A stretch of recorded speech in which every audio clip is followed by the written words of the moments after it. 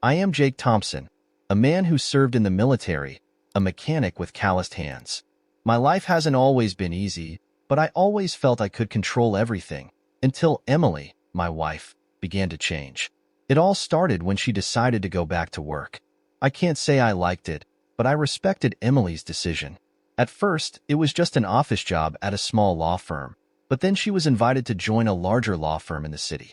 This time, she didn't ask for my opinion, and I had no choice but to accept. In the beginning, everything seemed fine. Emily seemed happy working again.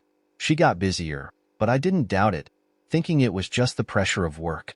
But as time went on, I started to feel something was off. Her gestures became colder, and the late nights when I returned home exhausted, she appeared to be very busy with her work. The calls she rejected, the messages she left unread. I began to sense a clear difference. One afternoon, after finishing work at home, I decided to make a trip to the city to see what was really going on. The feeling of unease consumed me like a great wave, and I couldn't sit still anymore. As I drove to the area where Emily worked, a feeling I can't describe washed over me. It felt like I was walking into a nightmare I couldn't wake up from. I parked a little further from the office and slowly walked in. There was no real reason to suspect anything, but I still felt that something heavy was pressing on my chest. For the first time, I saw Mason. He was standing at the entrance to the office, arms crossed, a smug look on his face with no worry at all. Mason was a successful lawyer, the one Emily had talked about frequently in recent conversations.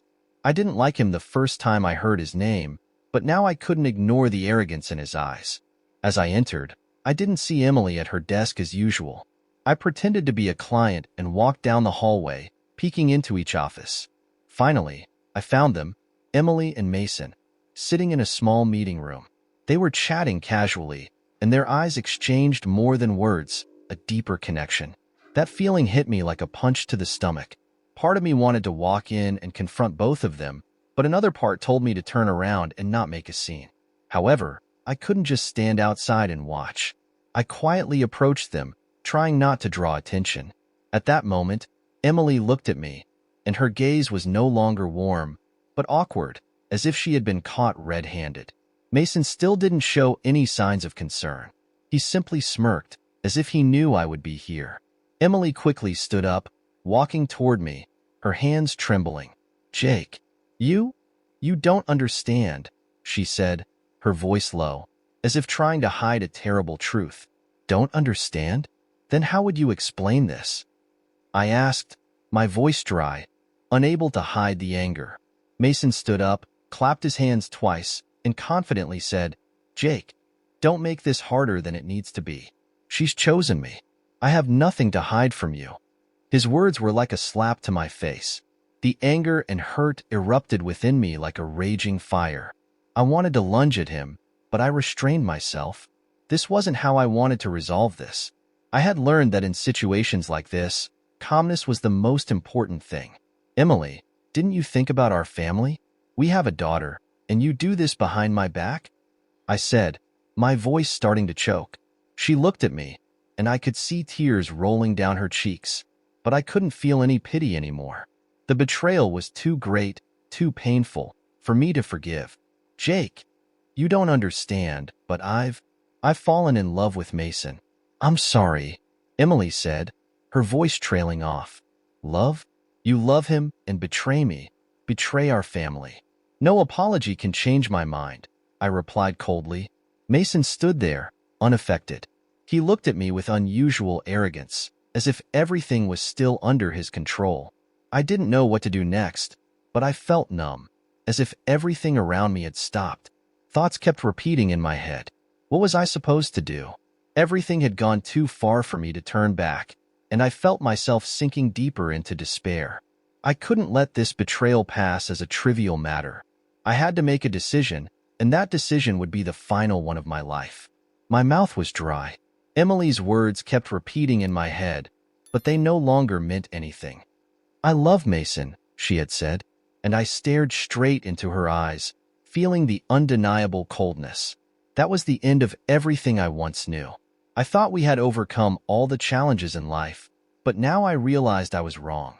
Mason stood there, his face full of smugness. He didn't say anything else, just stood still, raising an eyebrow as if waiting for a reaction. But there was no reaction anymore. My anger had subsided. Instead, there was a cold clarity. Emily tried to approach me, but I couldn't feel any connection anymore. Everything she said now sounded like meaningless words. My eyes were fixed on Mason, as if I were staring straight at an implacable enemy. "Don't you understand?" I asked, my voice low but full of menace.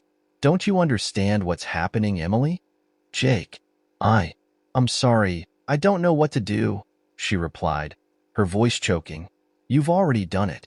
You've already made your choice, and I can't change that," I said, then turned to look at Mason. "And you, Mason, I've known you for a long time, but you don't know who I am." He just laughed, showing no fear. "Jake, I'm not trying to make things complicated. Emily and we're just two grown adults doing what we want. What right do you have to stop us?" I stepped closer to him, no longer patient. I could feel the tension in the air, as if everything was about to explode.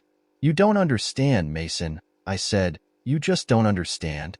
I left the office, walking out without saying a word to Emily or Mason. Not because I had nothing to say, but because I knew that saying anything more would only make things worse. Right now, I needed space to think. The conflicting emotions inside me couldn't be processed right away. I had lived a stable life, and now, everything I knew had been torn apart. When I returned home, I sensed a noticeable difference. The atmosphere in the house felt heavy, so still that I could hear the sound of every step I took. I didn't want to face Emily right now. She had everything she wanted, and I had what I needed. I had only one choice. My eyes stopped on the Colt 1911 I had hidden in the drawer. Not because I wanted violence, but because I needed a way to release the tension building inside me. My rational mind had pointed me in a different direction, one that demanded a decisive and forceful conclusion. When I saw the Corvette parked outside the house, my heart beat faster. I didn't know what I would do, but I knew I couldn't allow myself to be weak. I couldn't let this betrayal continue to stain my life. Whether this was a wrong step or not, I had gone too far already. I walked into the house, moving down the hallway quietly, not wanting to draw attention. But when I got close to our bedroom, I could hear the sound of Emily and Mason laughing softly. The voices hushed as I opened the door. Both of them were there, closer than ever. The feeling inside me wasn't anger, but an absolute emptiness. They looked at me with no fear, as if nothing I was feeling mattered. But I knew exactly what would happen next. Mason stood up, as if he wasn't worried at all. He raised his hand in a gesture of mockery, but I no longer wanted to speak. I didn't need to explain or say anything to him. It was all clear now. "What are you doing here?" Mason asked, his voice still full of confidence. "Come here, Mason," I said, my voice cold as ice. "Come to me right now." He didn't move. Instead, he just looked at me with disdain and said, "I don't have time to deal with you anymore." "It's over, Jake." "Over?" I repeated, my voice now grinding through my teeth. "Mason, I didn't come here to explain. I came here to end everything." I walked into the room, my gaze never leaving him, and I could feel the tension in the air. Emily stood there, silent, no longer daring to say anything. She knew exactly how this would end. I didn't want to do this, but I knew I had to in order to move on. As I walked into the room, my eyes locked on Mason. He stood there, wearing that self-satisfied smile, his eyes looking at me as though I was just a joke. Emily stood silently, her eyes filled with concern, but not strong enough to fight back or defend me. The feeling inside me was hard to describe, as if everything I had once trusted, everything I had thought was fine, was now being ripped apart right in front of me. Mason still stood tall, showing no signs of worry, continuing his mocking smile. "Jake, you think a gun is going to scare me? You're not a killer." His voice was like a challenge, but inside me, there was only a terrifying silence. I wasn't a violent person, and I understood that if I didn't control myself, I wouldn't be able to stop. The anger, the disappointment, and the pain had brought me to a point of no return. "No, Mason," I replied, my voice calm but firm. "I didn't come here to cause trouble. I came here to set everything straight once and for all. I can't let you continue destroying what I once had." Emily stood silently behind Mason, her eyes red-rimmed. She didn't say anything, but I could feel the deep sadness in her gaze. I didn't want to see her hurt like this, but the betrayal had made everything irreparable. Mason still stood there, his eyes mocking. "Jake, I have nothing to fear. And you, what are you doing? I think I've been clear enough. She's chosen me." Mason's words felt like a slap to my face. I stepped forward, but not because I wanted to fight. I stepped forward to end this conversation once and for all. The feeling inside me wasn't anger or hatred, but cold decisiveness. "What have you done, Mason?" I said, my voice cold. "You have no right to take away my life, my family's life. Do you think you can do that without facing any consequences?" Mason said nothing more, but his gaze shifted. He looked at me with confusion. That was when I realized I didn't need to do anything more. I didn't come here to shed blood. I didn't want that. But there are times when we have to stand up and decisively walk away from things that no longer deserve us. The feeling of facing this betrayal was unbearable, but I knew I needed to be strong. The gun on the table reminded me of the past, when I still had the strength to protect everything. But now, I knew that strength didn't necessarily have to come from violence. I didn't need to cause more harm. I had made the decision not to let Mason and Emily come back into my life. A life like that couldn't continue.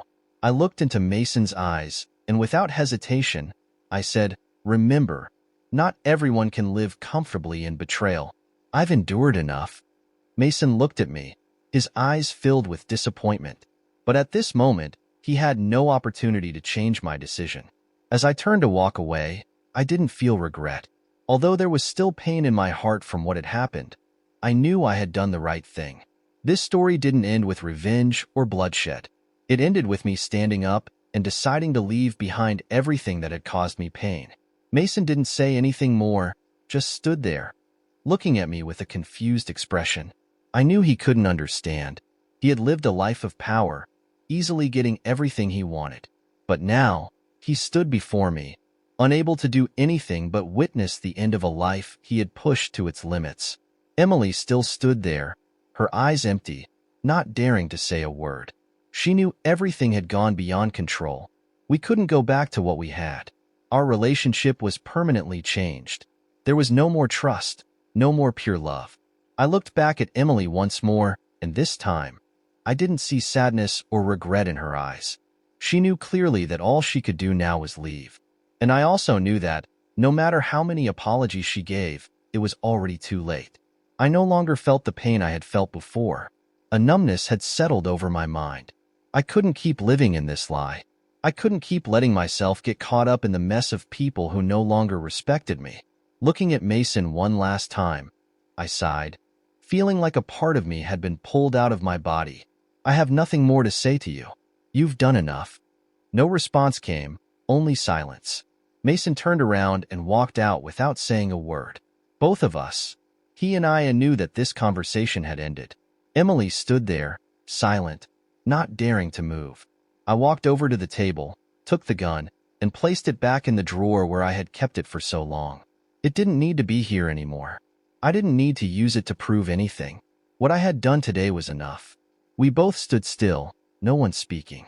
All the words had been exhausted. We had separated, not because of words left unspoken, but because the truth had been exposed. There was nothing that could save this anymore. I looked back at Emily. She no longer looked at me as she did before. Her eyes had changed. I didn't know if it was regret or just exhaustion, but either way, I didn't need any more apologies. I made the only decision I could, to walk away. It was over, but this story didn't end with a bloody conclusion or ruthless revenge. It ended with the realization, the change in Jake's mind. He didn't need revenge to find peace. By ending this relationship, he found release. True strength wasn't in hurting others, but in overcoming pain and reclaiming oneself. Jake knew that in life, sometimes you can't change what has happened, but you can choose how to move forward. He understood that self-respect, freedom, and peace were the most important things. The story ended not in pain, but in the right kind of conclusion. Not out of hatred, but to move on. Jake's choice was a valuable lesson in learning to freely let go of what doesn't deserve you and realizing that life can always start again after closing a painful chapter. You can't always change others, but you can always change how you face life. Sometimes the most important lesson isn't about seeking revenge or fixing mistakes, but about knowing how to let go and finding strength within yourself. Strength doesn't come from revenge, but from the ability to rise and keep living when everything around you has changed.